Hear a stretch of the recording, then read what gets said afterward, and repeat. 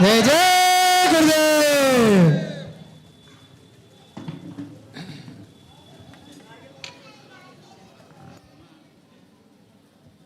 प्यारे बंधु,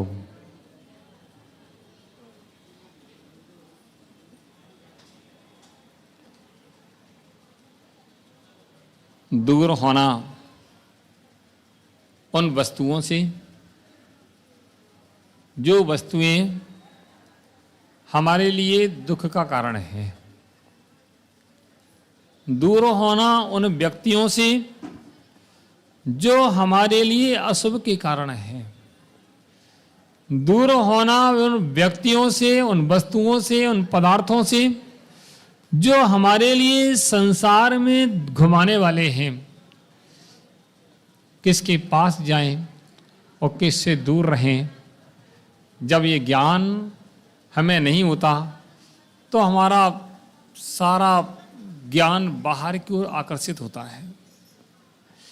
दुनिया की चमक हमें दिखती है, दुनिया की चमक को हम देखना चाहते हैं, दुनिया की चमक को देख करके उससे आकर्षित होते हैं और उस दुनिया की चमक में ही रम जाते हैं।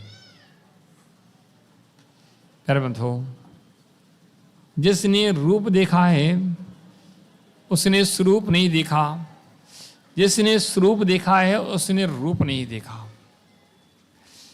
जिसने रूप देखा है उसने स्वरूप नहीं देखा और जिसने स्वरूप देखा है उसने रूप नहीं देखा। रूप और स्वरूप एक साथ नहीं दिख सकते। इन नेत्रों से संसार के रूप दिखते हैं, इन नेत्रों से संसार के रूप ही दिखे हैं और नेत्रों के बाद इन नेत्रों को छोड़ करके हमें अपना स्वरूप दिखता है। आत्मा के स्वरूप नेत्रों से नहीं देखे जाते, आत्मा का स्वरूप नेत्र से नहीं दिखता। कोई कहे नेत्रों से आत्मा का स्वरूप दिख जाए तो भूल जाना, आत्मा का स्वरूप नेत्रों से नहीं दिखता है, आत्मा का स्वरूप अपने आप से ही दिखता है। जिसके ज्ञान नेत्र जागृत नहीं हुए हैं, या कहें ज्ञान चक्षु नहीं खुले हैं, या कहें जिसका ज्ञान रूपी तीसरा नेत्र नहीं खुला है, वह संसार में रूप दिखता है। और जिसका ज्ञान रूपी नेत्र खुल गया है वे संसार में रूप नहीं देखते हैं और रूप के अंदर छुपे हुए स्वरूप को देखते हैं। अब आप पूछ सकते हैं महाराज, रूप और स्वरूप में क्या अंतर है? इतना ही अंतर है कि रूप आंखों से दिखा जाता है और स्वरूप की तीसरा ज्ञान नेत्र से दिखा जाता है। चाहे वह स्वरूप आत्मा का हो, चाहे वह स्वरूप पर पदार्थों का हो, वह सारा स्वरूप अंदर से ही दिखता है। कोई पदार्थ आंखों से दिखता जरूर है, लेकिन उसके स्वरूप का ज्ञान तो ज्ञान नेत्र ही करते हैं। हमने संसार के स्वरूप को देखा, संसार के रूप को देखा, लेकिन आत्मा के स्वरूप को आज तक नहीं देख पाया। कोई अच्छी साड़ी बाजार में आ जाए तो तुरंत हमारी आंखें उस पर टिक जाती हैं। कोई अच्छा व्यक्ति हमारे सामने आके खड़ा हो जाए जो सुंदर हो, हमारी आंखें उसको देखने के लिए टिक जाती हैं। अच्छा गायन करने वाला, अच्छा गाने वाला व्यक्ति कोई दिख जाए तो हमारे कान उसकी ओर आकर्षित हो जाते हैं। अच्छा कोई खाने का पदार्थ दिख जाए तो हमारी जिह्वा इंद्रिय उस पर लालायित हो जाती है।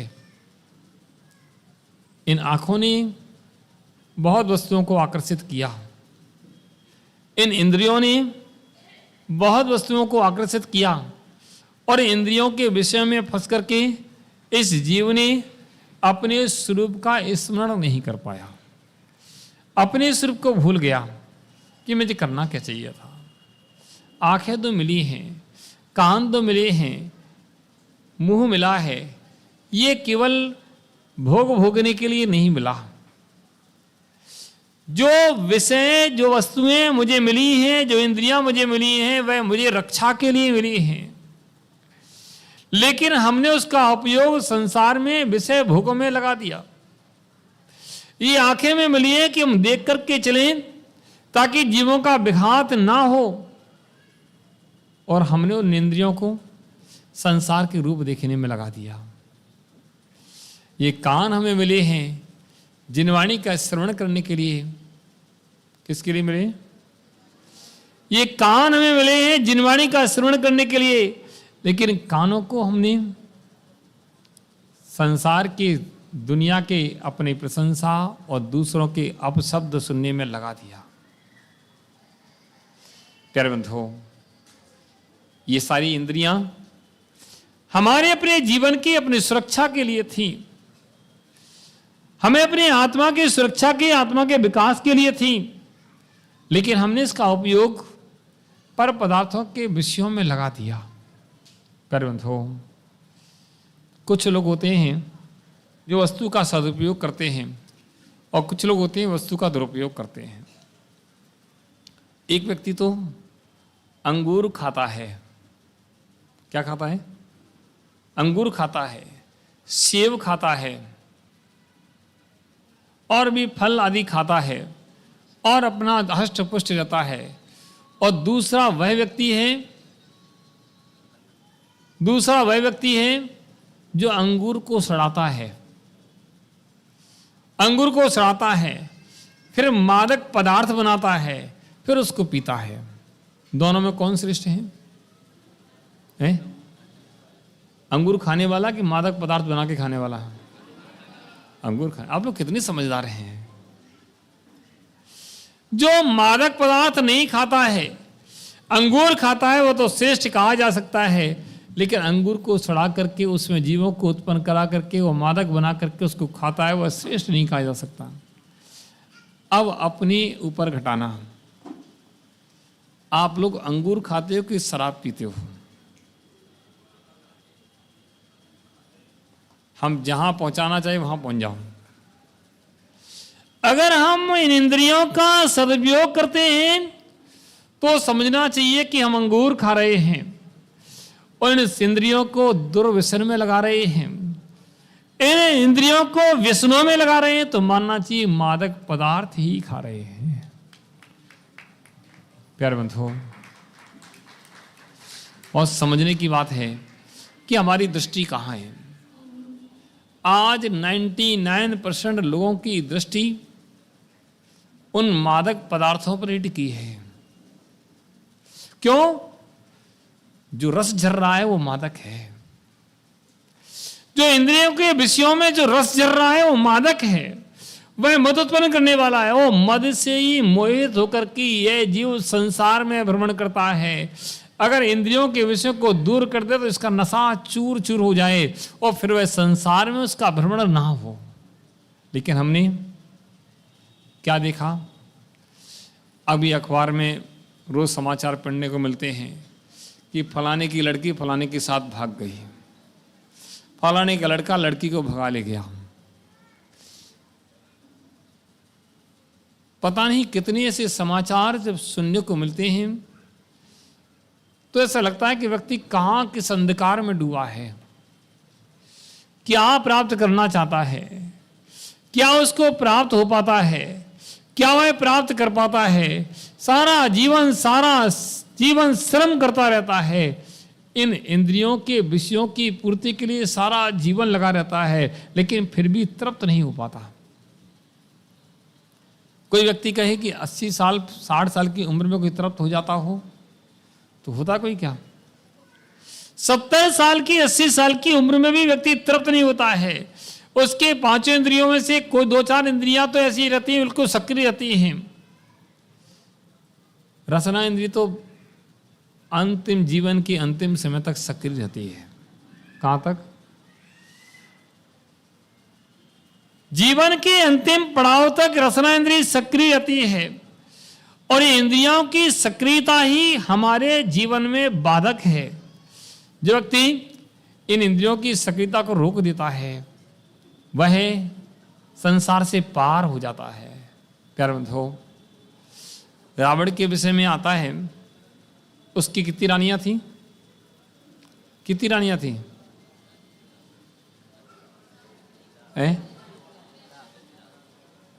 कितनी रानियां थी बताओ, किसी को पता है? अरे रानियां गिनती नहीं थी, गिन नहीं पाओगे तुम। रावण के इतनी स्त्रियां थी तुम गिन नहीं पाओगे। 16,000 स्त्रियां थी। कितनी थी? 16,000। 16,000 स्त्रियां थी। 16 थी, 18 मुझे इस मिनट में थोड़ा कम हो रहा है। इतनी स्त्रियां होते हुए भी वह एक दिन विमान से जा रहा था और वन में सीता को देख करके मोहित हो गया। क्या पागल था बताओ, क्या कहोगे उसको?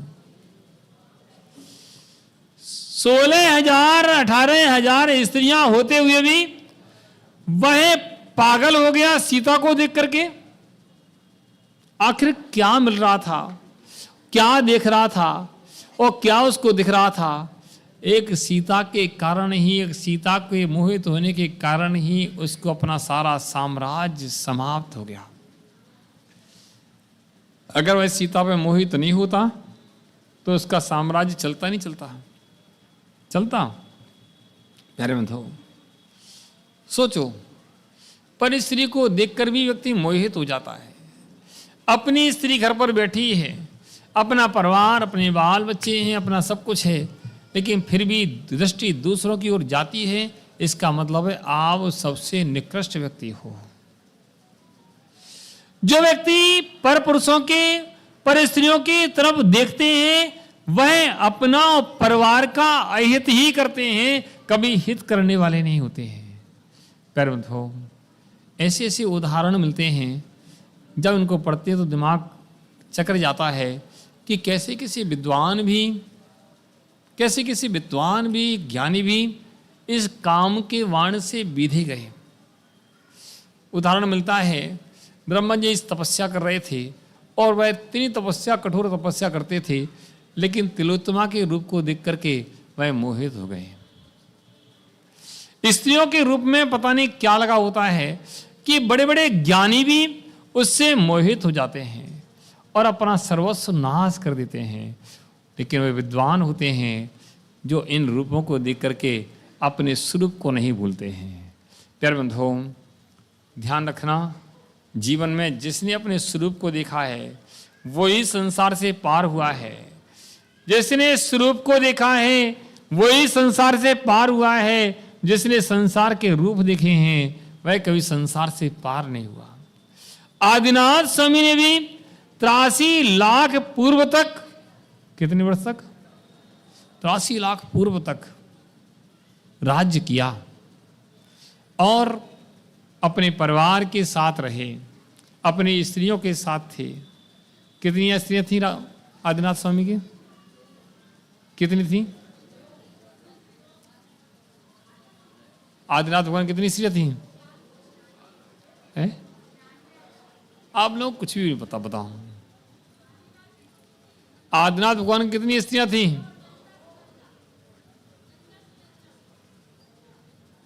कितनी थी?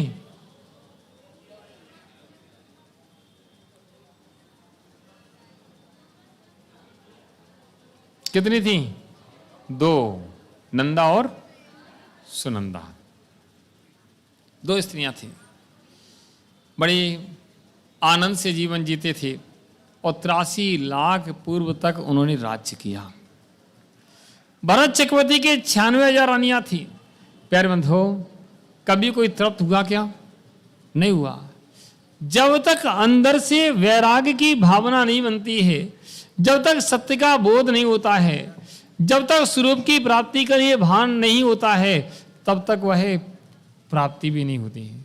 लेकिन कभी ना कभी इन विषयों को छोड़ना ही पड़ेगा।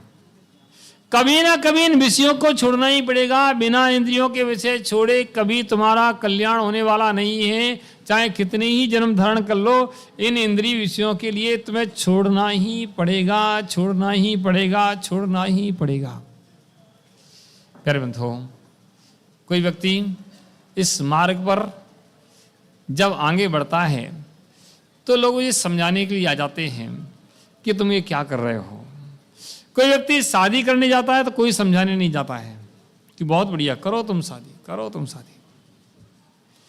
जब कोई शादी करने जाता है तो कोई समझाने नहीं जाता, कहता बहुत बढ़िया, कहाँ हो गई, किसकी यहाँ हो गई, बहुत बढ़िया, चलो तुम्हारी शादी हो जाएगी। और लोग जाते हैं बैंड बजाने के लिए। क्या लेके जाते हैं? बैंड बाजा लेकर के, और बैंड बाजा लेकर के नाच नाच के जाते हैं। और सारे लोग नाचते हैं। क्यों नाचते हैं पता है? कि बेटा हम तो उल्लू बने ही थी, अब तुम भी बने गए। तुम्हें नहीं पता कि हम तो बने ही थे, अब बेटा अब तुम भी बन गए। एक बार क्या हुआ, एक व्यक्ति एक नाव की दुकान पे गया और नाव से उसने क्या बनवाई, दाढ़ी, सेब बनवा रहा था। और सेब बनवाते बनते बनते बनाते बनाते नाव को छींक आ गई। क्या आ गई? छींक। जो छींक आई और वो यहां छुरा चल रहा था, वो छुरा चलते चलते यहां चल गया। कहां चल गया? कहां चल गया? नाक पे। और नाक पे चला और नाक कट गई। नाक कट गई और नाक कट गई तो अब वो एकदम चिल्लाया, ये क्या किया तुमने? उन्हें साहब मेरी क्या गलती है, अब छींक आ गई तो मैं क्या कर सकता हूं। वह छींक बता के थोड़ी आती है, मोबाइल की घंटी बता के नहीं बजती है, और छींक भी बता के नहीं आती है। छींक आ गई, मैं क्या कर सकता हूं। अब वो क्या करे, अब कर भी क्या सकता है, कर तो गई है। तो उसने क्या करें, उसने एक उपाय खोजा। वह अब कोई देख लेगा तो क्या कहेगा। अब बाल बनवा करके, दाढ़ी बनवा के जा रहा था और उसने ऊपर देख करके जाने लगा, कोई मेरी नाक देख ना ले। कैसे जा रहा था? ऊपर देख कर, कैसे करके ऊपर देख के जा रहा था। कोई एक सज्जन मिले कि भाई तू ऊपर क्या देख रहा है, कि टोक मत मुझे देखने दे। कि क्या देख रहा है भाई? कि वही देख रहा हूं जो कोई नहीं देख सकता है। अरे ऊपर क्या दिख रहा है मुझे तो बताओ। कि मुझे तो कुछ नहीं दिख रहा है, कि जो मुझे दिख रहा है वो तुम्हें नहीं दिख सकता है, जो मुझे दिख रहा है वो तुम्हें नहीं दिख सकता है। मैंने क्यों? कि मुझे तो तीन लोग के नाथ के दर्शन हो रहे हैं। मुझे किसके दर्शन हो रहे हैं? भगवान के दर्शन हो रहे हैं। साक्षात भगवान मुझे दर्शन दे रहे हैं। तुम बीच में बोल मत कि कैसे मूर्ख बना रहा है। कहीं भगवान के ऐसे दर्शन होते हैं? मुझे तो हो ही नहीं रहे।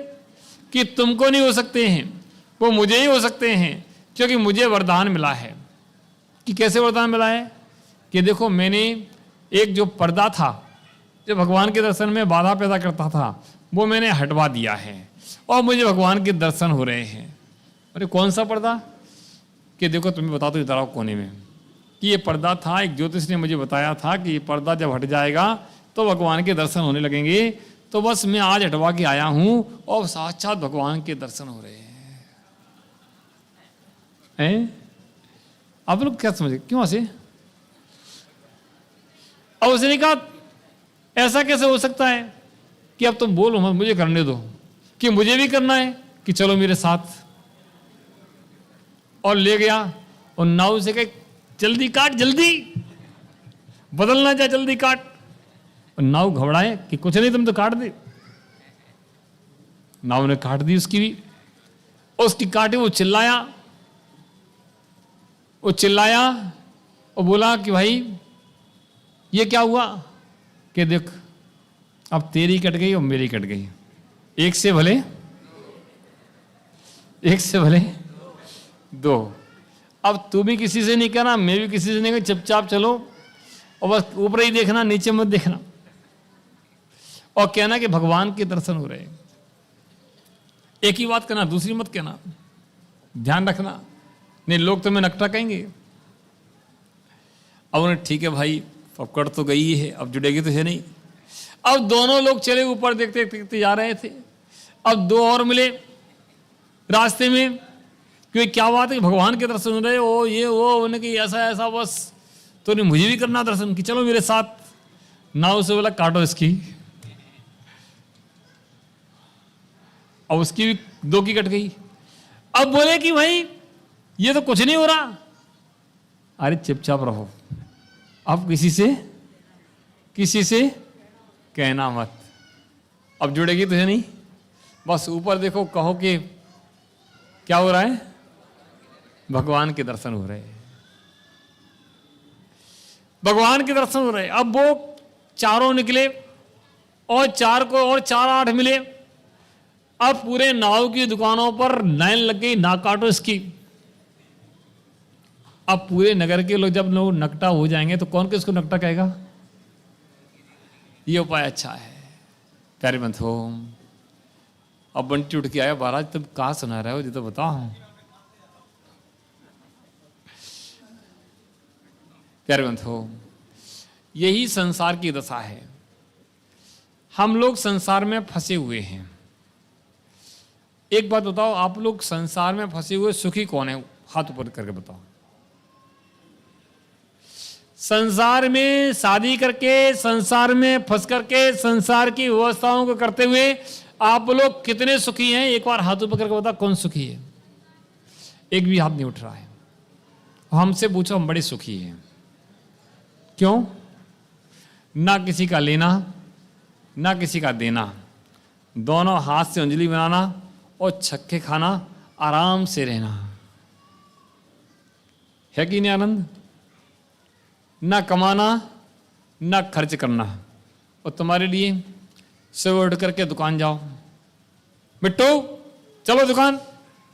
बिट्टू की मम्मी अभी थोड़े से और सो लें 2 मिनट। अरे बिट्टू समय को उठाओ, जल्दी से मंदिर जाओ, जल्दी से फिर दुकान जाना है। अब बिट्टू तो खैर महाराज बनेगा, वो दुकान क्या जाएगा वो, चलो बहुत धर्मात्मा व्यक्ति है। प्यारे बंधु, संसार के जाल में फंस करके हमने हमेशा ऐसा ही सोचा है कि दूसरा भी फंसा तो वो भी अच्छा, बजाओ उसका भी बैंड जल्दी से। जितेंद्र भाई, तुम कितने की बैंड बजवाया है बताओ? कि महाराज गिनती नहीं है, इतने बैंड बजाओ चुके हैं। उन सबको तुमने सुखी किया दुखी किया बताओ? जैसे हम तो वैसे कर ली, अपनी टीम में शामिल कर लिया। प्यारे बंधुओं, विरले ही होते हैं जो संसार की व्यवस्थाओं को समझ करके अपने संतान को सुखी कर देते हैं। संतान को दुखी करने वाले लोग बहुत हैं। मुझे पता है मेरे पास कितने लोग आते हैं जो कहते हैं महाराज मेरा बेटा परेशान है, उसके पास कोई रोजगार नहीं है। मैंने कहा जब मेरे पास रोजगार था तुम वहां ले क्यों गए? मेरे पास पक्का वाला रोजगार है, कोई भूखा नहीं मरेगा गारंटी से। कोई मुनिराज भूखे नहीं सोते हैं, उन मुनिराजों को भोजन मिलता है। बस अपनी चर्या का शुद्ध पालन करते हो तो श्रावक अपने आप आहार देता है और आराम से साधना करते हैं, सारे संसार के दुख से छूटने का उपाय करते हैं और जीवों को संसार से दुख से छूटने का उपाय बताते हैं। और जो संसार के चक्र में फंस गए जीवन भर रोजगार की तलाश करते रहते हैं, रोजगार सही भी हो तब भी उसको बढ़ाने का प्रयास करते रहते हैं और बढ़ाते बढ़ाते पूरा जीवन निकल जाता है। संतान बड़ी हो जाती है, संतान की शादी हो जाती है, फिर बंटवारा कर दिया जाता है। बेटा अब ये तुम्हारा, तुमने कमाया क्यों था भाई? क्यों कमाया था? सारे जीवन जितन ने कमाया, अब जब बच्चे बड़े हो जाएंगे, शादी हो जाएगी, कि बेटा ये तुम लो, और बेचारे घासी राम जीवन भर घास काटते रहे, जीवन भर घास काटते रहे और कुछ भी हाथ नहीं लगा। जितेंद्र भाई अगर मेरी टीम में शामिल हो जाते तो कितना अच्छा होता, लेकिन क्या करें, तुम्हारा दुर्भाग्य रहा कि हम जैसे लोग तुम्हें मिले नहीं। अब लोग ऐसे ही कहते महाराज पहले आप मिल जाते तो कितना अच्छा होता। इसलिए बिट्टू को समझा रहे बेटा आप तुम्हें हम मिल गए हैं, ध्यान रखना। प्यारे बंधुओं, संसार में किसी भी कोने में चले जाओ, कहीं सुख नहीं है। कितने ही लोग हमने देख लिए, लोग कहते हैं व्यापार दिल्ली में अच्छा चलता है, व्यापार कलकत्ते में अच्छा चलता है, व्यापार वहां अच्छा चलता है। मैं देखता हूं कि जहां व्यापार अच्छा चलता है वहां भी लोग दुखी हैं, वहां भी व्यापार से परेशान हैं। जिनके चल रहे हैं, जिनके पुण्य का उदय है उनके चल रहे हैं, और जिनके पाप का उदय है उनके नहीं चल रहे हैं। जिनके पुण्य के उदय उनकी सारी व्यवस्थाएं ठीक चल रही हैं, और जिनके पाप के उदय हैं उनके कहीं भी चले जाए उनके वहां भी नहीं चल रहे हैं। सारा संसार पाप पुण्य के उदय से चलता है। पाप के उदय से संसार में जीव दुखी होता है, और पुण्य के उदय से जीव सुखी होता है। लेकिन फिर हम एक दूसरे को दोषारोपण करते रहते हैं, अपने अंदर झांकते नहीं हैं। प्यारे बंधुओं, अपने अंदर झांको, अपने अंदर देखो कि संसार में दुख, संसार में क्लेश, ये हमारे लिए, संसार में दुख, संसार में क्लेश हमारे लिए नहीं बने हैं, लेकिन जानबूझ के हमने इनको मोल लिया है। हमारे लिए तो परम आनंद है, हमारे लिए परम आनंद है, उस आनंद को हम नहीं ले पा रहे, ये हमारा दुर्भाग्य है। प्यारे बंधुओं, उस दुर्भाग्य को सौभाग्य में बदलो। अपने आप को देखो, झांको झांको, आप परमहंस आत्मा हैं, आप परम भगवान सिद्ध परमेष्ठी जैसे हैं, जैसे सिद्ध परमेष्ठी हैं वैसे ही आप हैं। बस अंतर यही ऊपरी जान, वे विराग में राग बतान। मैं राग से सहित हूं, वो वीतरागी हैं। बस हम में भगवान में इतना ही अंतर है। बस इतना ही अंतर अगर बदल जाए, परिवर्तन थोड़ा हो जाए, तो हमारे जीवन का आनंद कई गुना बढ़ जाए। प्यारे बंधुओं, अपने जीवन के आनंद को बढ़ाओ, अपने जीवन के आनंद को बढ़ाओ। अपने अंदर झांक के देखो, तुम्हारे अंदर कितना आनंद, कितना सुख है। पर पदार्थों में, पर इंद्रियों के विषय में कोई सुख ना था, ना है, ना कभी मिलेगा, ना किसी को आज तक मिला है। थोड़े देर के लिए सुखाभास हो सकता है कि हमको अच्छा लग रहा है, लेकिन कुछ भी अच्छा संसार में है नहीं है। प्यारे बंधुओं, विरक्ति के भाव से जियो।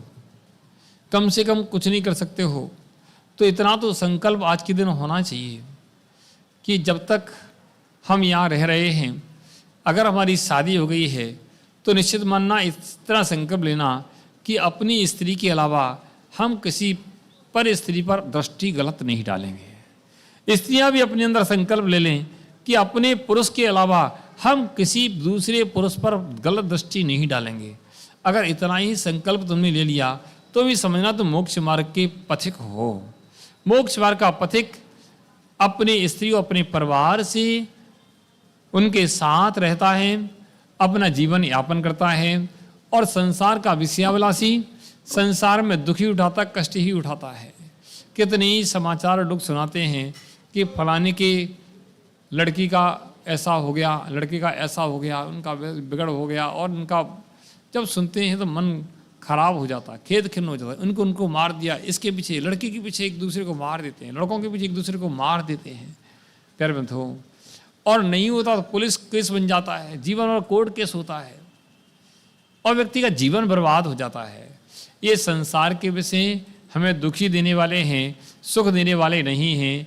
इसलिए ये विषय को, इन विषय नियम कर लेना चाहिए कि जब तक हम हैं गृहस्थ जीवन में, अपने स्त्री को छोड़ करके पर स्त्री पर दृष्टि नहीं डालेंगे।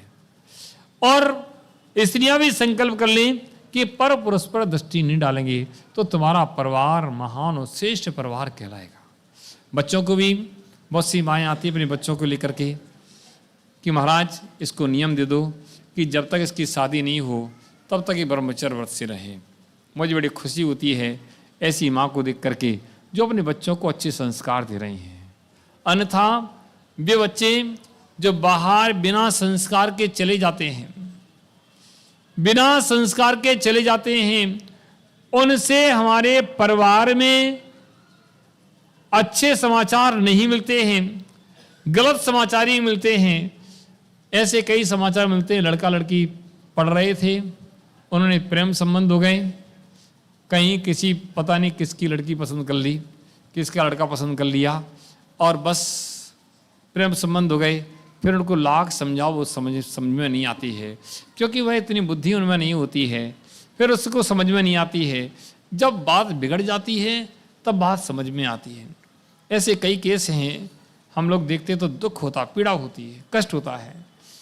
एक बार हम लोग थे, नाम तो नहीं कहेंगे, सज्जन आए, बोले, समाज के प्रतिष्ठित व्यक्ति थे कि महाराज इस लड़की की मेरी शादी करना पड़ी। मेरी एक लड़की थी, उसकी शादी हमने मुसलमान के साथ की है। लड़की जिद पर चढ़ी, मैं शादी करूँगी तो वहीं करूँगी। और पिता ने क्या करें, बहुत समझाया, नातेदारों ने समझाया, रिश्तेदारों ने समझाया, साधु ने समझाए, लेकिन नहीं।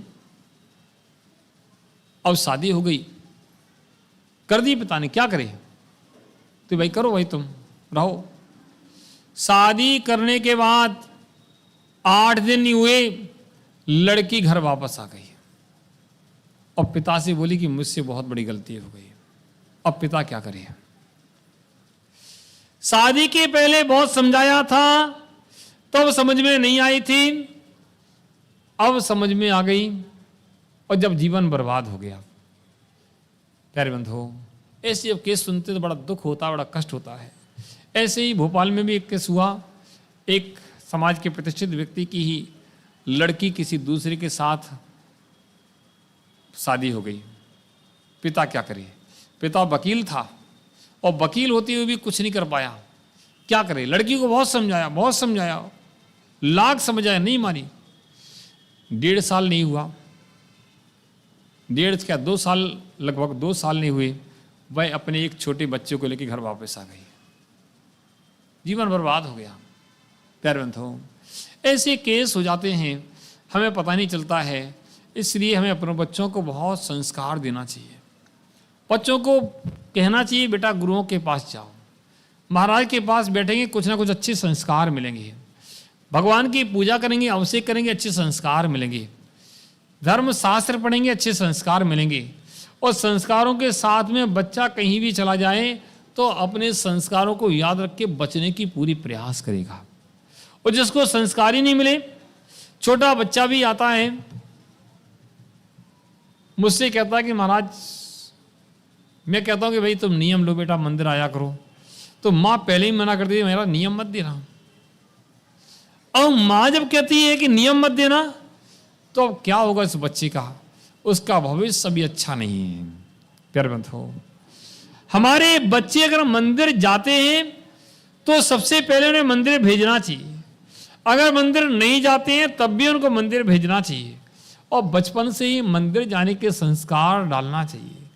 अब आप कहो कि बच्चा हो गया अब 20 साल का, अब बचपन से बोला नहीं, अब तुम उससे बोलो मंदिर जाओ, कहेगा नहीं मुझे नहीं जाना, तुम जाओ।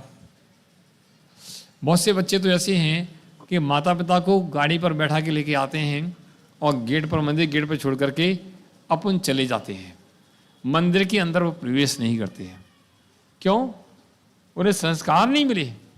प्यारे बंधुओं, ये अच्छे संस्कार नहीं देंगे तो हमारे समाज में बहुत सारी विसंगतियाँ फैल जाएंगी। अच्छे संस्कार दें, बच्चों को पढ़ाएं कि बेटा मंदिर जाना जरूरी है। प्यारे बंधुओं, ऐसे संस्कार दें और अपने जीवन को ब्रह्मचर्य में बनाएं।